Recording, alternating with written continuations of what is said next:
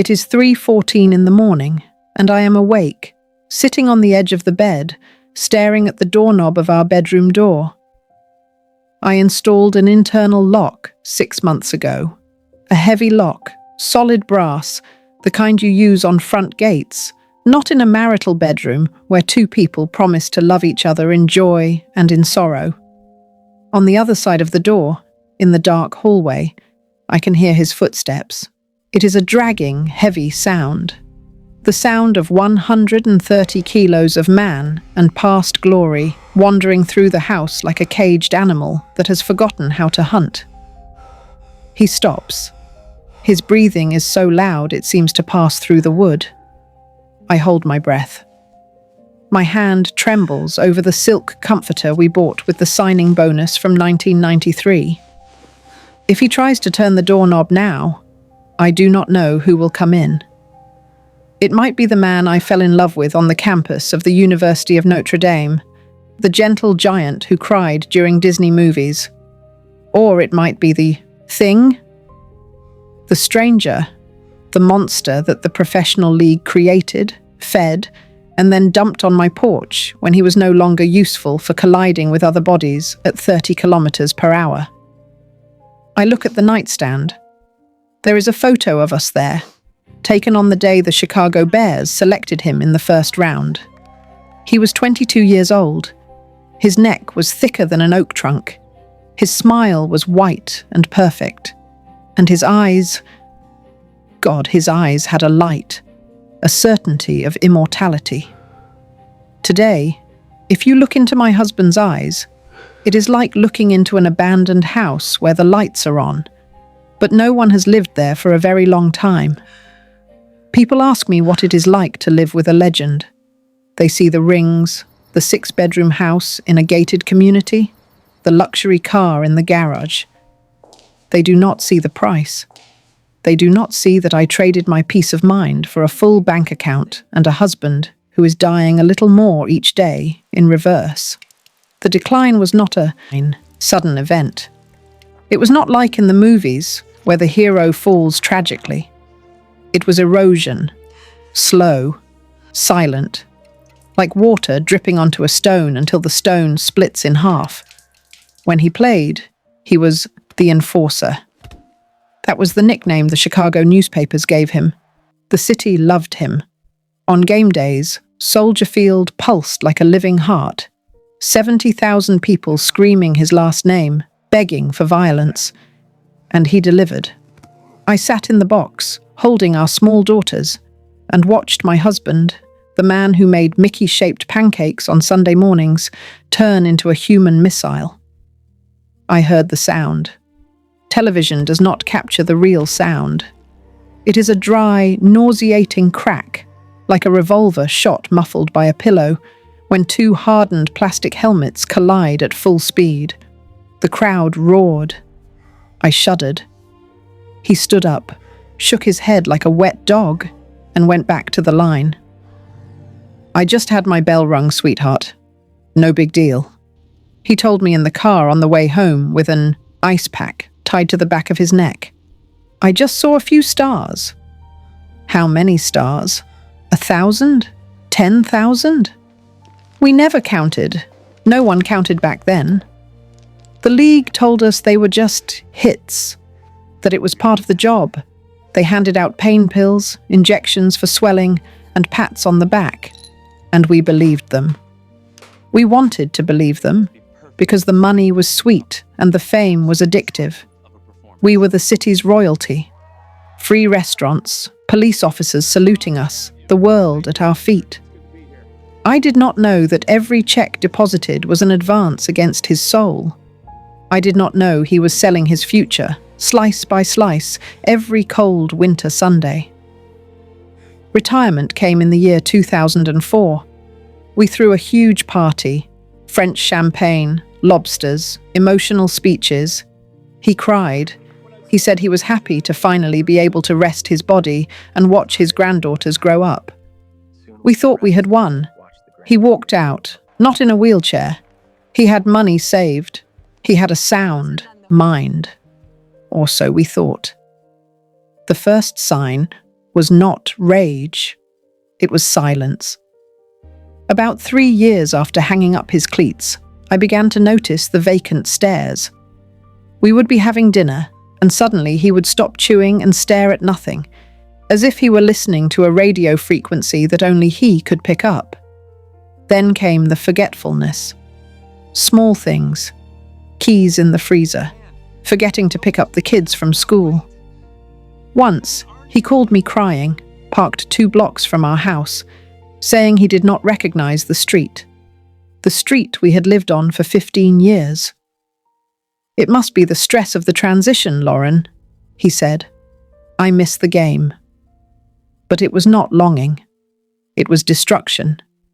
It was chronic traumatic encephalopathy, a long clinical name to describe the fact that his brain was rotting inside his skull. The proteins were suffocating his neurons, killing the parts of him that made him human. Patience, impulse control, memory, love. Then the gentle giant began to disappear, and the monster began to take his place. The first explosion happened on Thanksgiving Day. The house was full. Children, grandchildren, friends. The smell of roasted turkey and pumpkin pie filled the air. He was sitting in the recliner, trying to watch the Detroit Lions game. One of our grandsons, little Tommy, only 5 years old, ran through the living room and tripped over the television cord, accidentally unplugging it. It was an innocent mistake, a child's accident. The silence that followed lasted 3 seconds.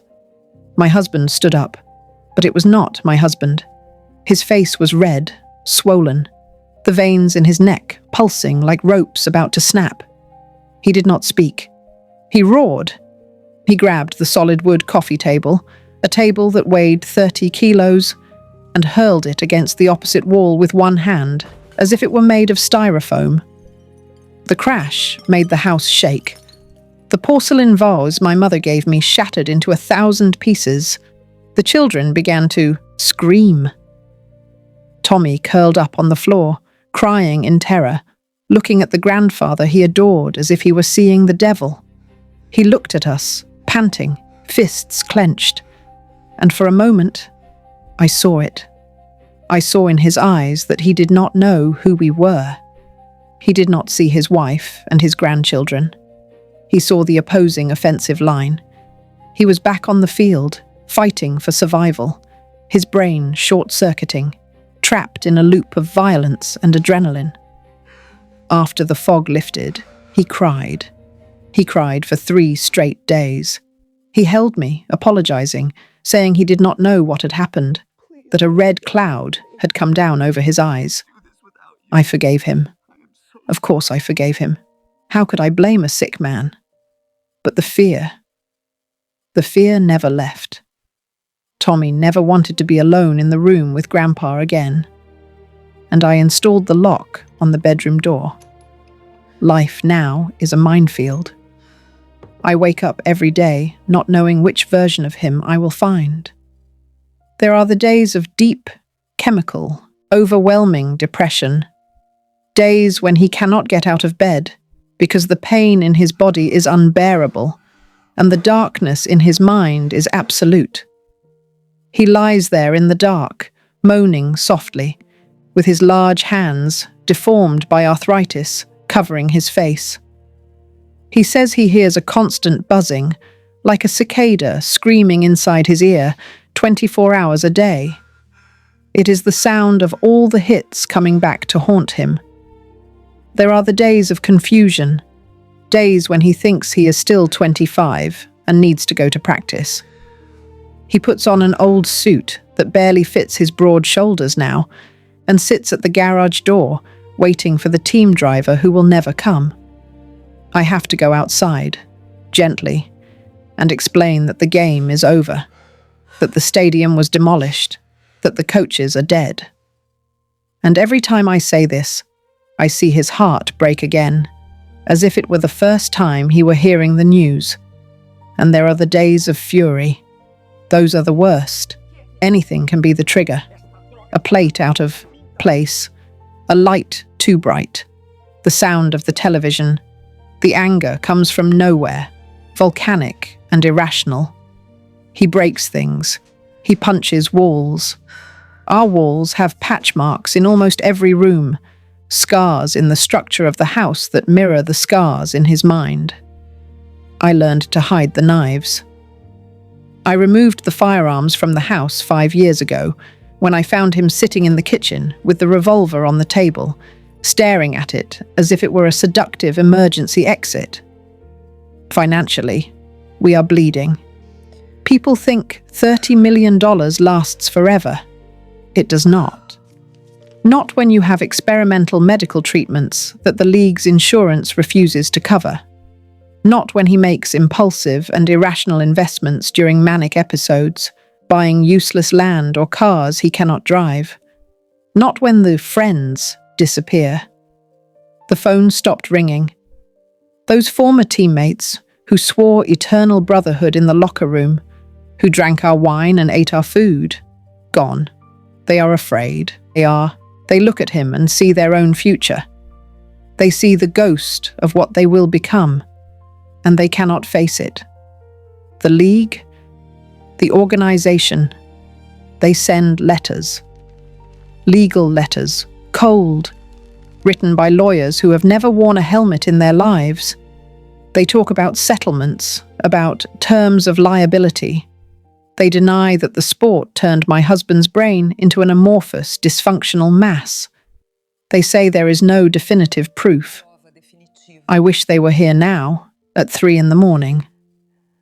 I wish the league commissioner were sitting here with me, listening to my husband pace the hallway, talking to imaginary teammates who died 10 years ago. I wish they could see the man who used to recite poetry to me now, unable to remember his own daughter's name on bad days. The helmet protects the skull. That is what they sell. High-tech plastic, air bubbles, aerodynamic design. But the helmet does not protect the brain from shaking inside like a loose egg yolk. And it certainly does not protect the soul.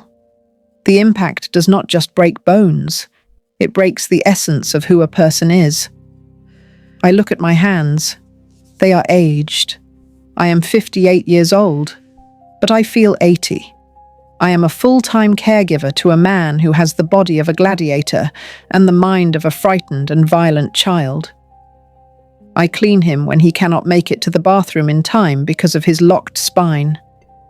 I cut his meat on the plate because his hands shake too much to hold the fork.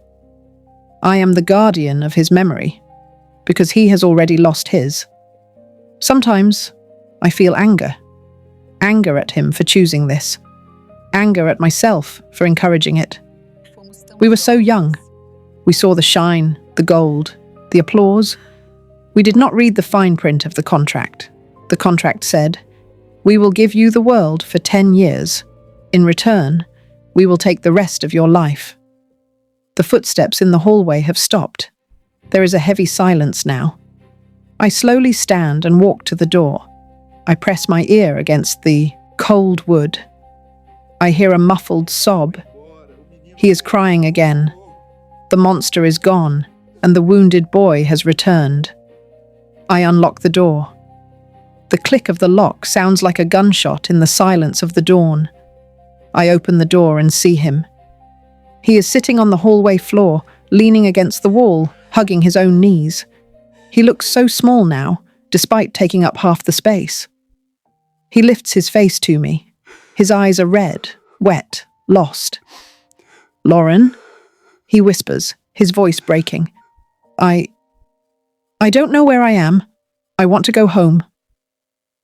I swallow the knot in my throat, the knot that has lived there permanently for a decade.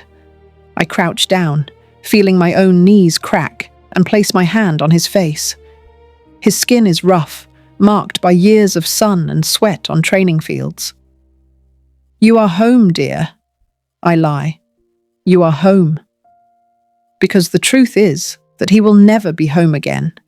His home was the field. His home was glory. Now he is an exile in his own body, a prisoner of his own mind. I help him up. It takes time. Every joint protests. We walk slowly back to the bedroom, step by step, like two survivors of a shipwreck who have not yet found solid ground. I lay him on the bed, cover that body full of surgical scars, and stay there, holding his hand until his breathing calms and he falls asleep. Tomorrow will be another day. Maybe it will be a good day. Maybe he will remember how to make coffee. Maybe he will smile, and I will see a glimpse of the man I married.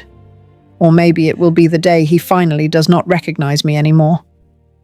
Either way, the game ended 20 years ago, but we are still losing.